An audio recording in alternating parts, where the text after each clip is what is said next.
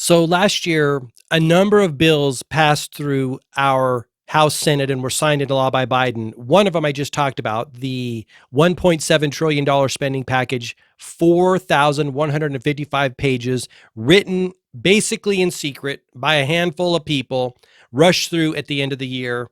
It's the rushing that scares me. It's the rushing that bothers me about our government, because you and I know as rational human beings, you don't rush important things. And certainly, you don't make important decisions about your life or your country when you're under duress.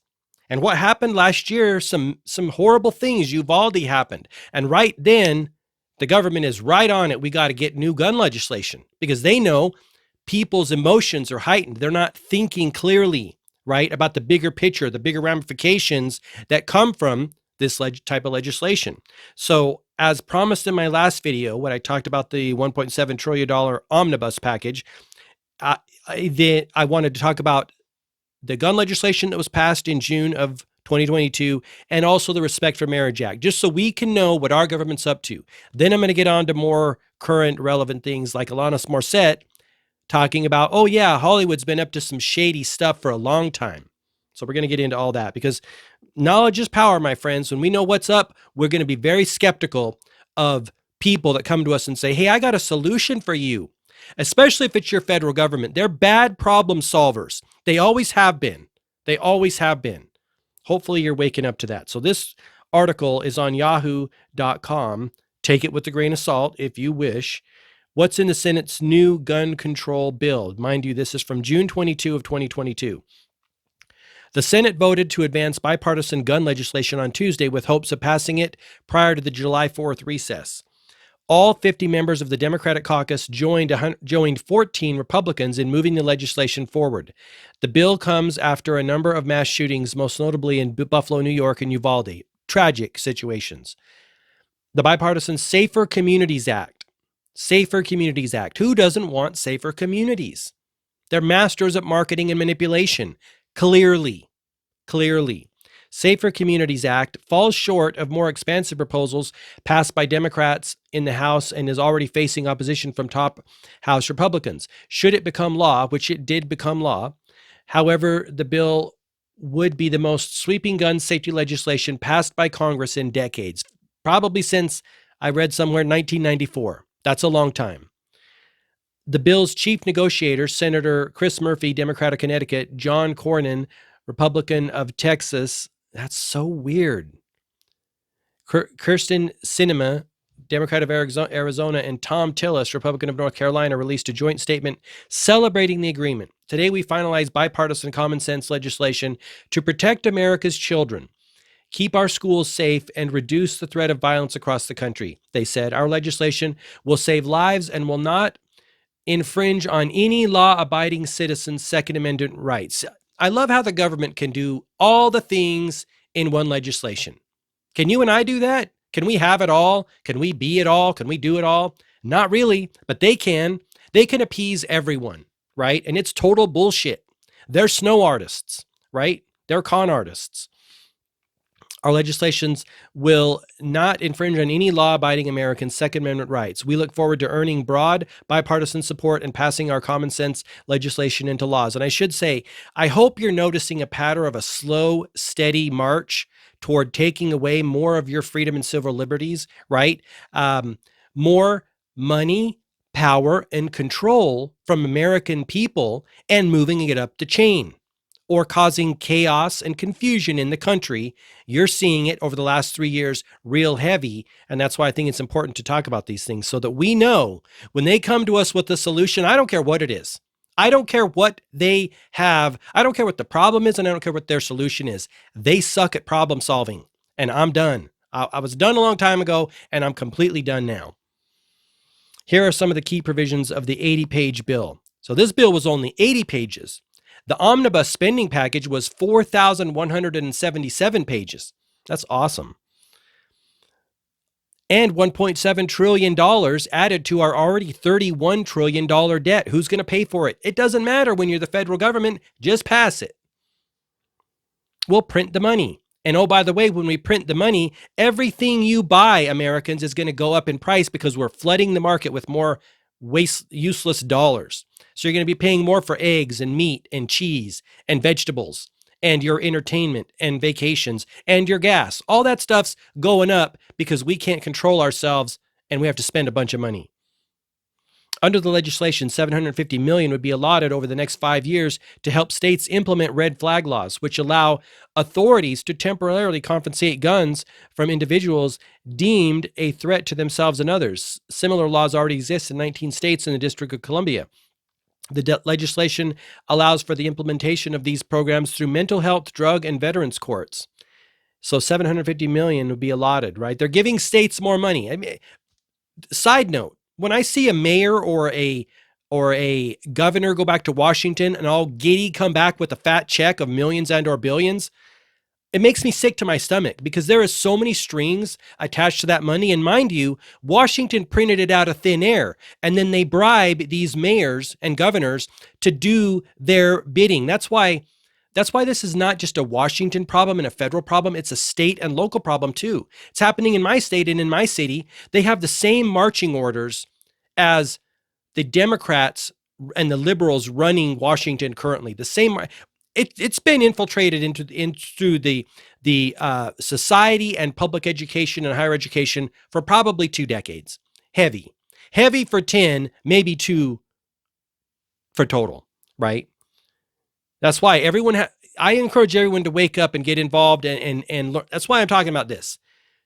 3 years ago, I would never have read an article like this. But now, when we have a major problem in our country, I'm informing myself, and I would encourage you to do so too, because they're not going to stop.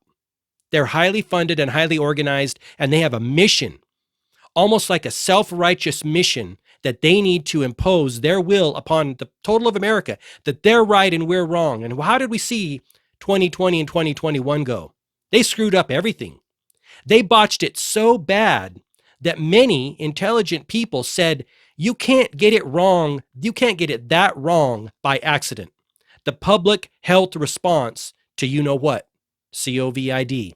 You can't get it that wrong by accident. They didn't get anything right. The closing of schools, bad idea. Distancing, bad idea. All of it, every single aspect of it was a horrible idea. Stay in your home. We're going to close gyms. We're going to close health-related situations, but McDonald's is open. Liquor stores open. Go get it. Total shit show.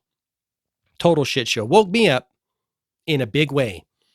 Republicans involved in a negotiation pushed to make sure no one is flagged without the right to an in-person hearing, an unbiased adjudicator, the right to no opposing evidence, the right to present evidence, and the right to confront adverse witnesses, as well as a right to bring counsel to hearing. Under this bill, every state would be able to use significant few federal dollars to be able to expand their programs. See, there's that federal money that they printed out of thin air and gave to the states and said, hey, here you go, do our work for us. Be our little soldiers in taking away the rights and freedoms of Americans. And they're just happy to do it. Free money, right? Under the bill, every state would be able to use, significant new, we talked about that, to stop dangerous people contemplating mass murder and suicide from being able to have access to the weapons that allow them to perpetuate that crime, Murphy said on a floor speech. While spouses, co-parents, and cohabitating partners convicted of domestic violence are already banned from purchasing firearms, abusers in relationships between people who are not married and live separately are still able to purchase guns, creating the so-called boyfriend loophole. A gun safety advocacy group from 70 women are shot. A gun safety advocate group, about 70 women are shot and killed by an intimate partner every month. That sucks. Under the new legislation, anyone convicted of domestic violence against a former or current dating partner would be banned from purchasing a weapon. Republican negotiators pushed for a strict definition of who would qualify as a dating partner and the length of time for which they'd be unable to purchase a gun. The law also would not apply retroactively, meaning that someone would have to be convicted of domestic violence after the law went into effect before they were stripped of their right to buy a firearm. Unless someone is convicted of domestic abuse under their state laws, their gun rights will not be impacted, Cornyn said in a floor speech. Those who are convicted of non-spousal misdemeanor domestic abuse, not felony, but misdemeanor domestic violence, will have an opportunity after 5 years to have their Second Amendment rights restored, but they have to have a clean record. The legislation calls for an expansion of background checks into buyers under 21 years of age, providing 3 business days for the check into their criminal and mental health history to be completed. If that background check finds something questionable in a potential buyer's record, the legislation would provide for an additional 7 business days to look into the buyer. Funding for mental health and school security. The bill provides funding for expanding access to mental health services, including making it easier for Americans on Medicaid to use telehealth services and work with community-based mental health and substance use disorder treatment provider organizations. And it would provide additional funding for the National Suicide Prevention Hotline, since guns accounted for a majority of suicide deaths in 2020. Why do you think that happened? What happened in 2020? Our government went batshit crazy. And a bunch of people who didn't have coping skills before that were tossed into one of the most extreme psychological events in the history of humanity. By you know who. Who did it? Who made that shit happen? Makes me sick to think about it. While schools would receive funding to increase the number of staff members providing mental health services. The bill also provides $300 million for the STOP, School Violence Act, for increased security at schools. Although some Democrats had expressed concerns about this aspect of the bill, last week Representative Alexandria Ocasio-Cortez, basically the smartest woman in Congress, she's brilliant, said she was worried about the expansion of background checks into juvenile records. Whatever she says, I just tune it out because she is so out of touch. It isn't even funny. Arguing that previous attempts to secure schools were both ineffective and harmful. After the 1999 shooting at Columbine High School in Colorado, Ocasio-Cortez said, "We hired thousands of police officers into schools, and while it didn't prevent many of the mass shootings that we've seen now, it has increased the criminalization of teens in communities like mine." The legislation would also require more sellers to register as federally licensed firearms dealer, including anyone who sells a gun to predominantly earn a profit. These sellers would in turn be required to run background checks on potential buyers and keep records of the sales. The bill would also impose penalties on straw purchasers who buy guns for people who can't pass background checks. Okay, that's the article. Let me know what you think in the comment section down below. Again, I wanted to share this with you because we need to know what's going on back there so we can have our spidey sense super tuned when they come to us and say, hey, we have another solution. All right.